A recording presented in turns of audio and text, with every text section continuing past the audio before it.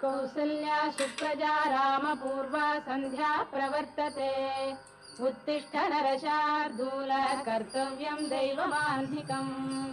कौसल्या सुप्रजा रामपूर्वा सन्ध्या प्रवर्तते उत्तिष्ठ नरशार्दूल कर्तव्यम् दैवमाह्निकम् उत्तिष्ठोत्तिष्ठ गोविन्द उत्तिष्ठ गरुडध्वज उत्तिष्ठ कमलाकान्ता त्रैलोक्यम् मङ्गलम् कुरु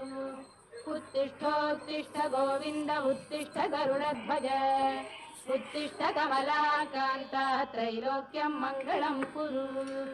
मातः समस्त जगताम् मधुकैटभारे वक्षो विहारिणि मनोहर दिव्यमूर्ते श्रीस्वामिनि श्रुत जनप्रियदानशीले श्रीवेङ्कटेश दयिते तव सुप्रभातम्।